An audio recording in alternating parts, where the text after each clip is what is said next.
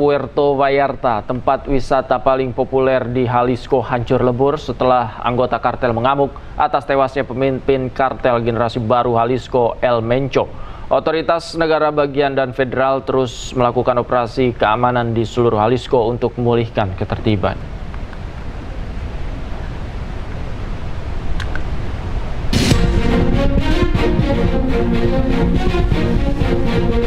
Puerto Vallarta, tempat wisata paling populer di Jalisco, hancur lebur setelah anggota kartel mengamuk di kota itu sebagai tanggapan atas pembunuhan pemimpin kartel narkoba generasi baru Jalisco, El Mencho, oleh pemerintah federal.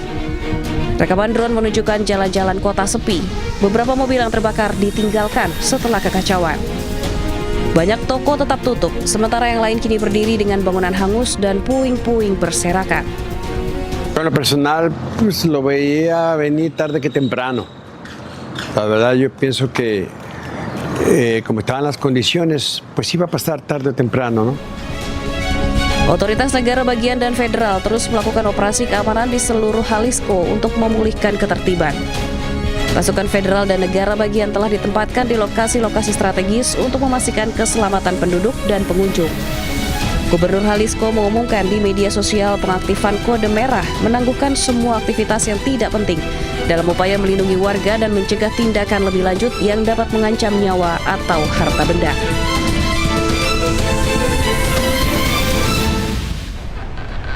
Kerusuhan pada hari Minggu meletus setelah pemimpin kartel narkoba generasi baru Jalisco, El Mencho, tewas saat diangkut ke Mexico City setelah terluka dalam operasi federal.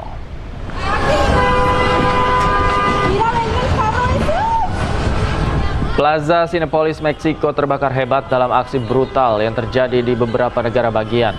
Anggota kartel dilaporkan memblokir jalan, membakar kendaraan, dan menyerang bisnis.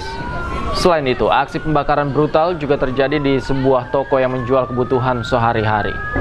Warga panik berlarian di dalam toko melihat api yang membesar.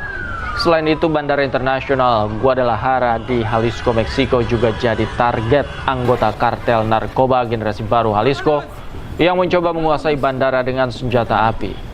Menurut Sekretariat Keamanan dan Perlindungan Warga Negara, 25 anggota Garda Nasional dan 30 anggota kejahatan terorganisir tewas di Jalisco.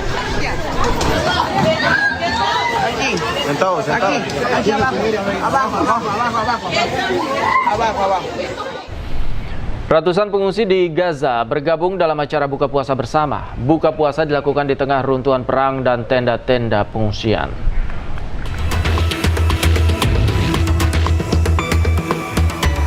Ratusan orang yang mengungsi akibat perang di Gaza bergabung dalam acara buka puasa bersama besar-besaran. Buka puasa di tengah reruntuhan perang dan tenda-tenda di sekitar diselenggarakan oleh Badan Amal Human Appeal di daerah Al-Nasr, lingkungan Al-Rimal di utara kota Gaza. Warga setempat dan anak-anak berkumpul dalam situasi yang hangat untuk makan berbuka puasa Ramadan. فعلا في ناس عاجزة انها تشتري اكل او شرب لانه انت عارف انه هذا حرب استنزاف استمرت اكثر من 2.5 شهور، يعني تقريبا الناس كل مدخراتها كل حالة طلع في الفترة هذه. تنساش انه كانت في مجاعة وفي كمان غلاء في الاسعار، لحتى الان احنا في عندنا غلاء في الاسعار كثير. هناك نوعا ما محاولة لخلق جو من الفرح، لخلق جو من التفاؤل في ظل كل هذه الكارثة التي نعيش بها الآن في هذا الشارع، ولربما يشاهدون هذا الشارع ويشاهدون آثار الدمار والقصف فيه، لكن الأطفال هنا تحاول رسم الابتسامة، تحاول رسم الفرح في محاولة لأن نصل لمرحلة معينة أو أن نقول لهذا العالم أننا نريد أن نعيش بكرامة كأي كرامة يعيش بها أي إنسان في هذا العالم. Ramadan kali ini merupakan yang pertama sejak kesepakatan gencatan senjata diberlakukan. Bagi banyak warga Gaza, menjadikan momen berbuka puasa bukan hanya tentang makanan, tetapi tentang bertahan dan menjaga rasa kebersamaan di tengah kesulitan.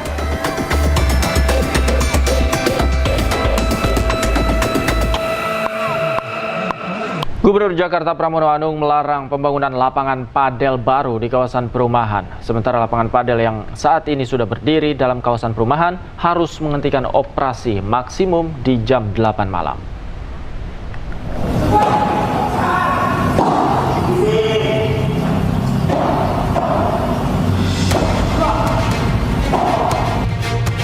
Pemprov DKI Jakarta menerbitkan sejumlah kebijakan baru terkait dengan pendirian lapangan padel, olahraga yang saat ini digandrungi masyarakat.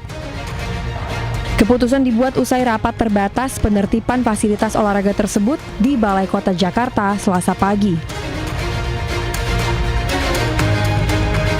Dalam aturan baru ini, Gubernur Jakarta Pramono Anung melarang pembangunan lapangan padel baru di kawasan perumahan. Pramono menegaskan pembangunan lapangan padel baru hanya boleh di zona komersil. Saya akan memulai yang pertama. Untuk lapangan padel sudah diputuskan. Perizinan baru untuk pembangunan atau lapangan padel tidak diperbolehkan di zona perumahan. Semuanya harus di zona komersial untuk yang baru. Yang berikutnya adalah bangunan atau lapangan padel yang tidak memiliki PBG dilakukan penghentian kegiatan, pembongkaran dan pencabutan izin usaha. Pramono menambahkan, lapangan padel yang saat ini sudah berdiri dalam kawasan perumahan harus menghentikan operasi maksimum di jam 8 malam. Serta aktivitas yang menimbulkan kebisingan wajib untuk membuat kedap suara. Aturan ini dibuat lantaran banyaknya keluhan dari masyarakat terkait suara bising aktivitas di lapangan padel yang berada di dalam pemukiman warga. Dari Jakarta, Berliana Mileni, Fihir Sutrisno, iNews melaporkan. Impor ratusan unit mobil pickup asal India menuai polemik. Wakil Ketua DPR RI Sufmi Dasko Ahmad mengambil sikap tegas dengan meminta pemerintah menunda rencana impor pickup asal India.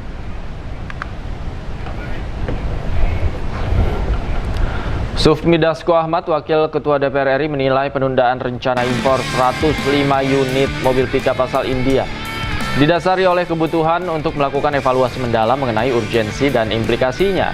Kebijakan strategis dengan volume sebesar itu tidak semestinya diputuskan secara terburu-buru tanpa kalkulasi yang komprehensif. Ditambah lagi, setiap keputusan impor harus mempertimbangkan dampak jangka panjang terhadap industri nasional.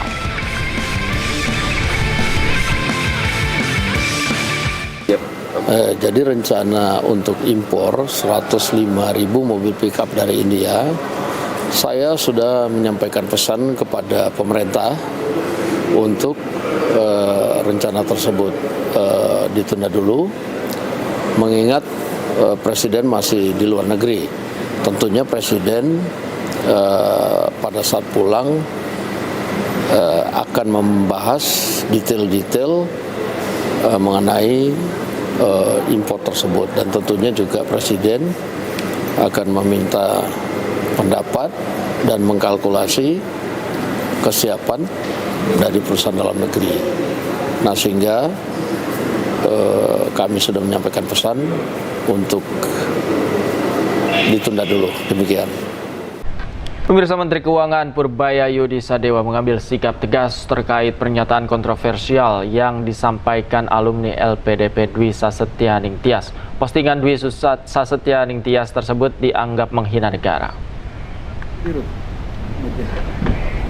Jadi Pak Dewa ini bosnya LPDP. Menteri Keuangan Purbaya Yudi Sadewa menyesalkan perilaku dari penerima beasiswa LPDP Dwi Sasetyaning Tias yang memposting status warga negara anaknya dan memberikan pernyataan kontroversial. Bulan ke belakang nyampe juga. Ini paket bukan sembarang paket, isinya. Purbaya meminta masyarakat yang menerima beasiswa LPDP tidak seenaknya dan tidak menghina negara.